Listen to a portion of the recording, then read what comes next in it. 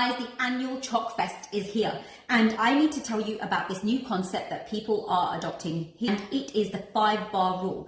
If they keep 5 big bars of these chocolates at home, it helps them to think of abundance rather than scarcity around having these bars of chocolate, and they are less likely to overconsume. Though I do understand that approach, I'm going to explain a few things. Firstly, there are those people that will open one of these bars, even if they've got 5, they'll open one and they can't stop because they have this mentality that the whole bar has to be consumed. They just can't handle something being half finished or open, and that forces them to finish off a whole bar in one sitting. I'm going to suggest that you get a smaller bar, because if you feel like you have to finish something that you've opened, you're obviously going to consume less if it's smaller. Some of you are going to be gifted things like this, Easter eggs, big bunnies, and for those of you, it may be easier for you to be gifted something that's a little bit smaller. For me, chocolate is not a weakness, but I tell you what is, it's Pringles. If a tub is opened, that tub, you may as well have it finished within seconds. I have hoovered it all up. So I cannot have it in the house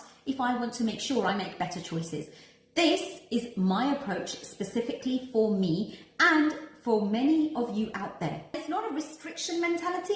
I just know that I love it so much that I want to have it if it's in the house. So I will limit myself to consuming it when I'm out, where I can close the tub, chuck it away, come home, and I don't have it in my space.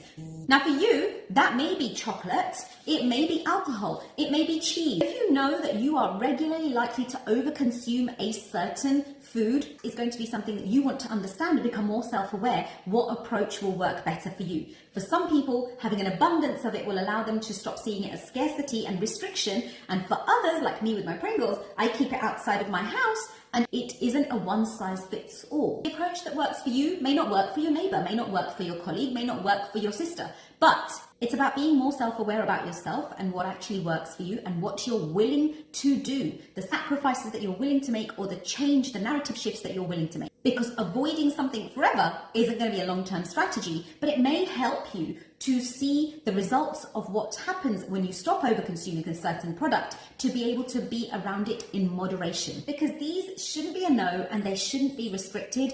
You should understand yourself around these more so. And if you're struggling to get to your goals because you don't know what approach to take for you, then let's create a tailored plan of action together. I'm Tej, I'm a transformation specialist, coach, and PT for the over 40s, and I'm here to help you renew yourself, your body, your health at this stage of life to own the rest of your life.